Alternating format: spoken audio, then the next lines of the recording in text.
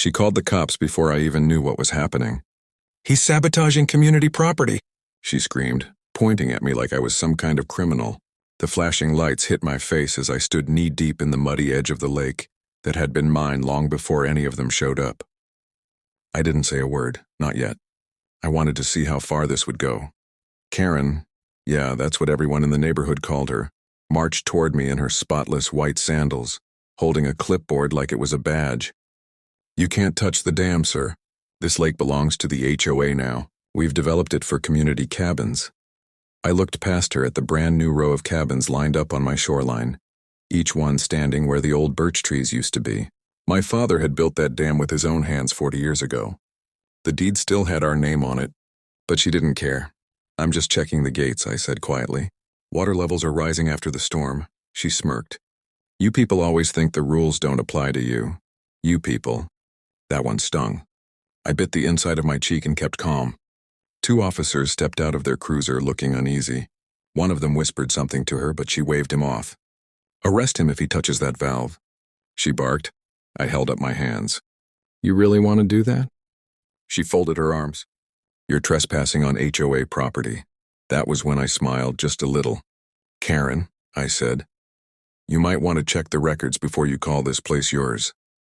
She laughed, the kind of fake laugh that echoes. "We've already built 139 cabins. You think some old paper in a courthouse makes this lake yours?" I didn't answer. I just glanced at the officers. "Do you know what happens when you build over a natural overflow line?" I asked. One of them frowned. "What are you talking about?" I nodded toward the cabins. The clouds above rumbled like they were listening. Let's just say, nature doesn't take orders from an HOA. The first drop of rain hit her clipboard and her smile faltered. She didn't know yet. But every cabin on that stolen land sat right below the flood line my father marked decades ago. And the dam gates were holding back more than just water. The storm hit harder than anyone expected. Wind snapped through the trees, lightning flashed across the lake, and the air filled with the smell of wet soil and panic. Karen ran back toward her car, holding her clipboard over her head like it could stop the rain. The 2 cops followed her, shouting over the wind, but I stayed right where I was, hand resting on the steel valve of the dam gate. She turned back, screaming, "If you touch that thing, I'll have you in jail by morning." I didn't answer. I just kept my eyes on the cabins, rows of fresh wood, bright lights flickering inside. They had no idea the ground they stood on used to flood every spring. My father used to warn me, never trust people who think they can own what nature gives. The water was rising fast now, swirling dark and angry. The dam trembled under the pressure. I knew I didn't have much time. Behind me, Karen was on her phone again, shouting something about property damage and insurance. The cops were getting nervous. One of them stepped closer and yelled, "Sir, step away from the gate." I looked over my shoulder. "Do you even know who built this place?" He hesitated. "The HOA said," "Yeah," I cut in. "They said a lot of things." I reached into my jacket and pulled out a folded document, old, worn, but still clear enough to read. "This," I said, handing it to him, "is the original ownership deed, signed by the state. Before the HOA even existed." He scanned it quickly, his eyes widening a little. "So this land is mine," I finished. "Every inch of it." Karen rushed over, grabbing the paper from his hands. "That's fake," she snapped. "We've already registered it." I met her stare, rain dripping from my cap. "Funny," I said, "because the county recorder's office doesn't list your HOA at all. It lists me." Her face went pale for the first time. But before she could speak, thunder cracked so loud the ground shook. I turned the valve slightly, just enough for the pressure to groan. Water hissed through the narrow opening, spilling in a thin stream that glimmered under the lightning. Karen's voice broke. "Stop, you'll destroy everything." I stepped back. "You already did." And in that moment, as the wind howled and the first cabin's lights flickered out, she realized she wasn't in control anymore. Nature was. The power went out across the cabins, one by one, like someone was snuffing out candles. The rain turned into sheets, pounding against the roofs, soaking the dirt until it started to slide. Karen was screaming into her phone again, her voice cracking. "Get the maintenance team. Tell them to seal the dam." Now, but nobody was coming. The road to the HOA office was already underwater. The officers backed away as the dam creaked louder. the sound deep and sharp like thunder trapped underground. I kept my hand near the valve but didn't turn it any further. I didn't have to. Nature was already doing the rest. The lake had swelled beyond its limits, reclaiming what was taken from it. "Please," Karen shouted, stumbling toward me, her perfect hair sticking to her face. "You can't let this happen. You'll lose everything too." I almost felt sorry for her. Almost. "I lost it years ago," I said quietly. "The moment you bulldozed my father's trees and built your playground on his grave." She froze, blinking through the rain. "What are you talking about?" I pointed across the lake where the biggest cabin stood. "Cabin number 12. You built it right over the land where he's buried. You never even asked." Her mouth opened, but no words came out. Behind her, a section of the bank cracked and collapsed, sending a wave of muddy water rolling toward the lower cabins. Screams echoed from the far side as people ran out, clutching kids and pets slipping in the mud. The officers started helping them, yelling for everyone to move uphill. Karen grabbed my arm, desperation in her eyes. "You have to stop it. I'll give you whatever you want. Money, shares, your own cabin. Just stop it." I looked at her hand gripping my sleeve. "You really think this is about money?" I pulled free. "You built 139 cabins on my lake and thought a few permits made it yours. But you never learned the one rule my father lived by. Don't fight nature, respect it." She stepped back, trembling. "You'll go to prison for this." I smiled, slow and calm. "Maybe, but not for what you think." Lightning struck the hill behind the cabins, lighting up the whole valley. For a second, everything looked frozen. Her terrified face, the rising water, the old dam shaking like it was alive.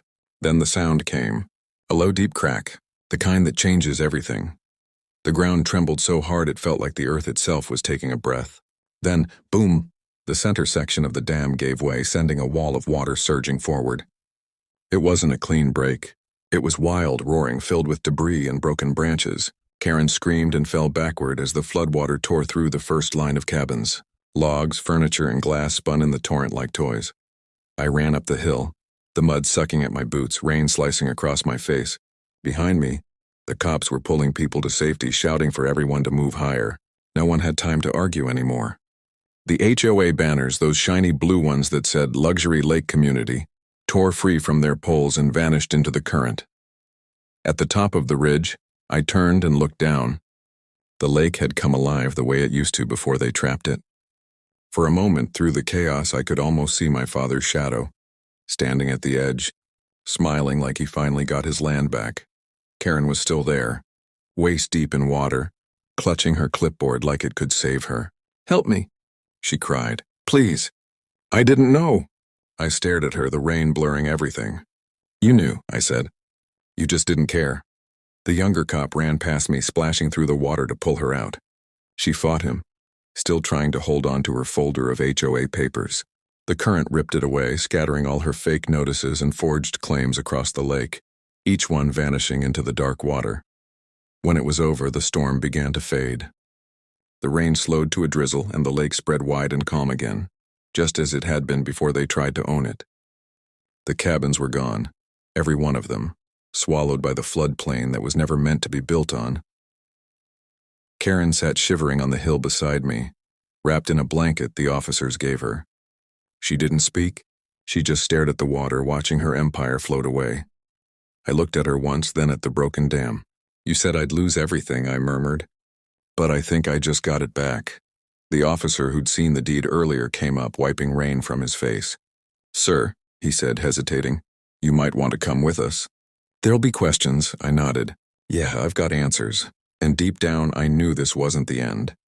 It was just the part where the truth finally started to rise, like the water that no one could hold back forever. By morning, the sun broke through the clouds, painting the wreckage in soft gold. Smoke rose from where generators had short-circuited overnight, and the air still smelled of mud and wet timber. Rescue trucks lined the road. Reporters were already there, cameras pointing at the shattered dam and the flooded remains of the luxury cabins. Karen sat on a folding chair wrapped in a silver blanket, her makeup streaked, eyes hollow. She kept repeating, "It wasn't supposed to happen like this." But nobody was listening anymore. The county sheriff, this time the real law, was on site, questioning everyone. Karen stumbled to her feet. "You don't understand. They made me sign everything." I was just the face. They promised me it was legal. I stepped closer, my voice low but sharp. You weren't just the face, Karen. You were the one who stood on my land and said, you can't live here anymore. You made it personal. She backed away, tears mixing with the dirt on her cheeks. I was wrong, okay? I didn't know. But the sheriff was already signaling his deputies. Ma'am, you're under arrest for forgery, fraud, and illegal development on protected property. As they cuffed her, the crowd erupted, some gasping, some cheering. Reporters shouted questions. Flashes went off and Karen's voice cracked as she was led away. I didn't say anything. I just turned to the lake. The sun was low now, light shimmering on the calm surface. The sheriff came up beside me. You want to know the best part? He said. Federal land like this, once it's proven, it goes back under the care of the original Stewart family. I smiled faintly. You mean, he nodded. It's yours again. The wind moved gently across the water, carrying the sound of distant thunder, not from a storm this time, but from something ending. And somewhere in that stillness, I could almost hear my father's voice again, calm and proud. Let nature handle the rest. The next few days felt like walking through someone else's dream. News trucks left. Workers cleared debris, and for the first time in years, the lake was quiet again. I spent the mornings watching the mist roll over the water and the afternoons with the sheriff's team, signing forms to return the property to my name. Karen's arrest had opened a flood of new revelations. Federal investigators uncovered that the HOA board wasn't just local. They were part of a bigger development ring, buying land under fake permits, flipping it for millions.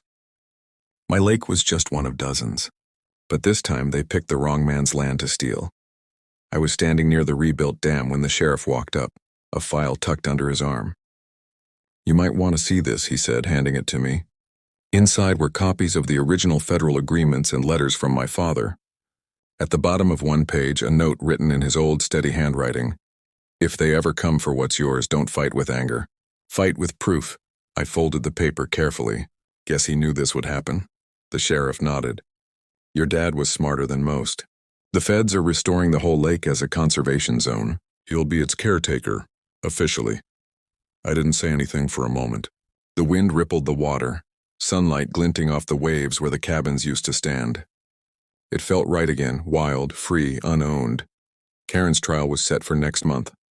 The charges kept piling up. Fraud, forgery, environmental damage.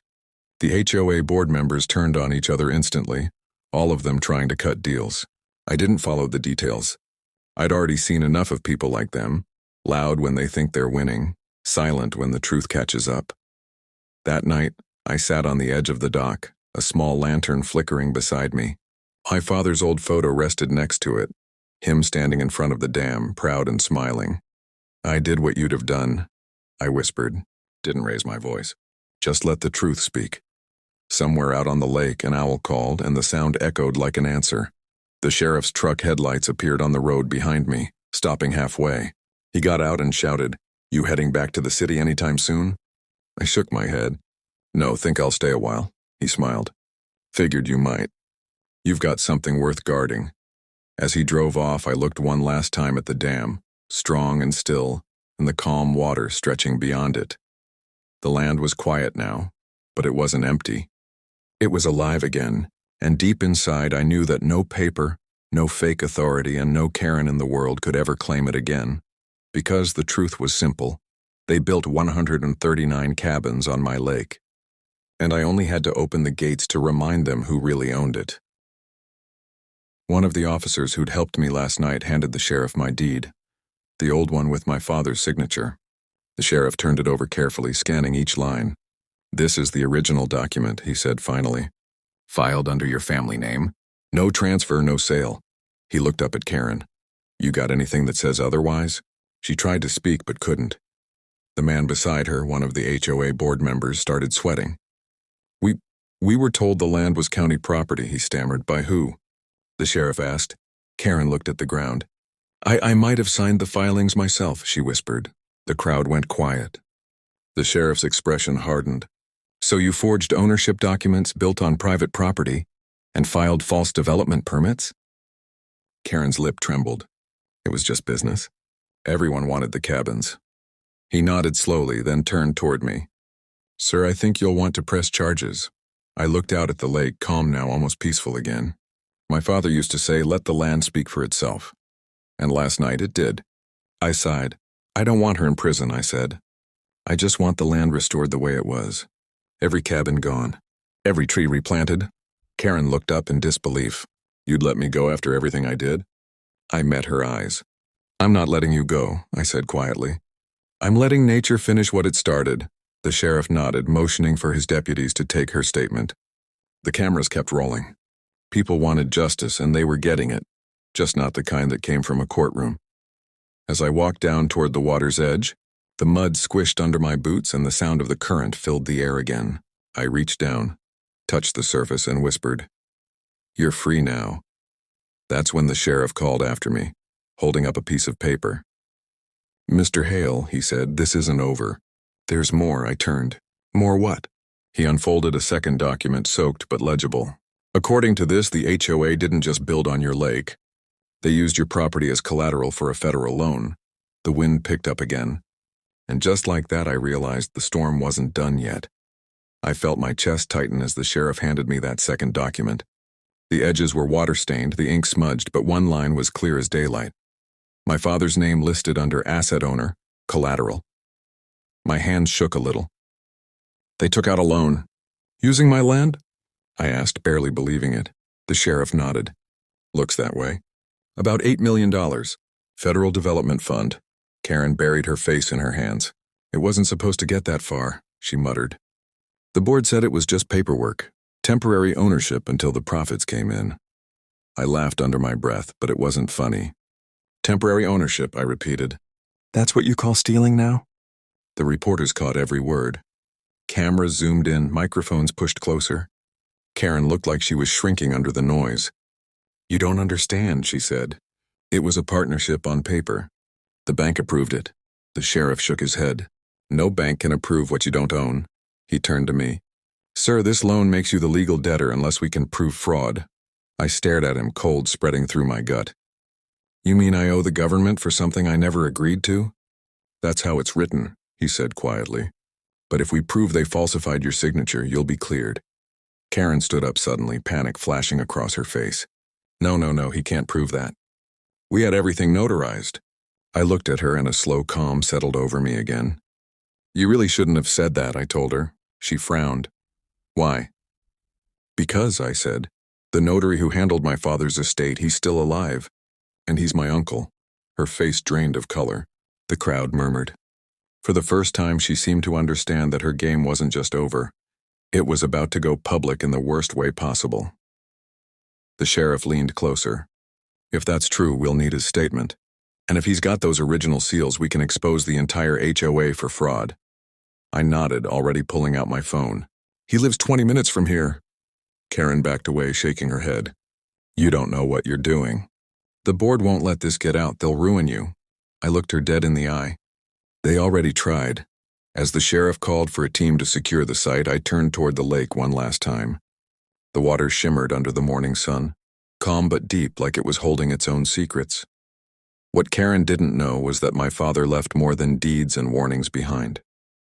He left records, old letters, maps, and a safety deposit key hidden in the dam's foundation. And if those documents were still where he said they'd be, the HOA wasn't just guilty of fraud. They'd built their empire on federal land they never owned at all. And that meant the storm was only beginning. By afternoon, the chaos had turned into controlled noise. Drones overhead, news trucks clogging the dirt road, and a dozen men in suits arguing near the dam ruins. The HOA board had finally arrived, pretending to look concerned, but I could see the panic hiding behind their polished smiles. Karen sat apart from them, shaking, no longer barking orders, just staring blankly at the lake she'd tried to own. The sheriff waved me over. "Your uncle's on the way," he said. "He brought the estate files you mentioned." I nodded, though my eyes stayed on the board members. "They look nervous." "They should be," the sheriff replied. "Half the county's watching this on live TV." Minutes later, an old truck pulled up. My uncle, gray-haired and steady as ever, stepped out holding a metal case. "Your dad told me this day might come," he said, handing it to me. He didn't trust people with pretty papers. Inside were sealed envelopes, each stamped with my father's name and date marked decades ago. I opened the top one carefully. It wasn't just the original land deed. It was a signed agreement between him and the U.S. Fish and Wildlife Service. The lake wasn't just private property. It was a protected water reserve. The sheriff leaned closer, reading the header. Federal Conservation Territory, he whispered. That means any construction or commercial development is a federal crime, I finished. Karen's head snapped up. No, that's not possible. We had government clearance. I held up the paper. From who? Because this signature here belongs to a man who retired in 2004, and he died 5 years later. The board members started murmuring, one of them cursing under his breath. Cameras zoomed in again, catching every word. The sheriff took the documents and whistled softly. Looks like your HOA just built 139 cabins on protected federal land, using forged approval from a dead official.